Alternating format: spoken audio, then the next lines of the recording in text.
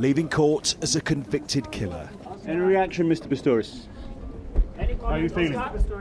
The end of Oscar Pistorius' 6-month trial, as a judge ruled the death of his girlfriend was manslaughter, not a murder.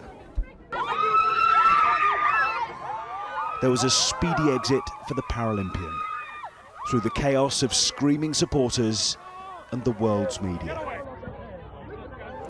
Mr. Pistorius, please stand up. Earlier, he heard that final judgment and learned his fate. He looked nervous in the dock, even though the possibility of a murder conviction was eliminated yesterday.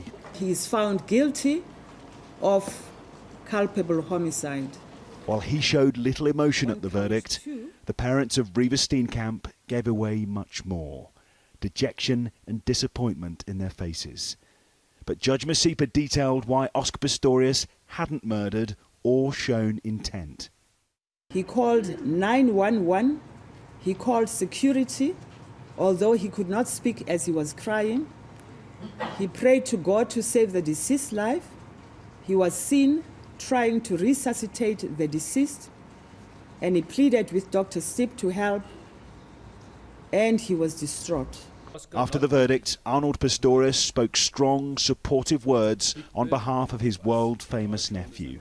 We always knew the facts of the matter, and we had never any doubt in Oscar's version of this tragic incident. Earlier, Oscar Pistorius was found guilty of letting off a gun in a restaurant. Then there was irritation as the prosecutor tried and failed to get the Blade Runner's bail request thrown out. For now, the megastar is back home with his family as he awaits sentencing. A few miles away from the court, this is the home of Arnold and Lois Pistorius, the athlete's uncle and aunt. His bail states that he must live here for the next month before he finds out whether he'll be moving to a prison. 15 years in jail, maybe facing Oscar Pistorius. The world has speculated, a judge has ruled, but only he knows what really happened that night.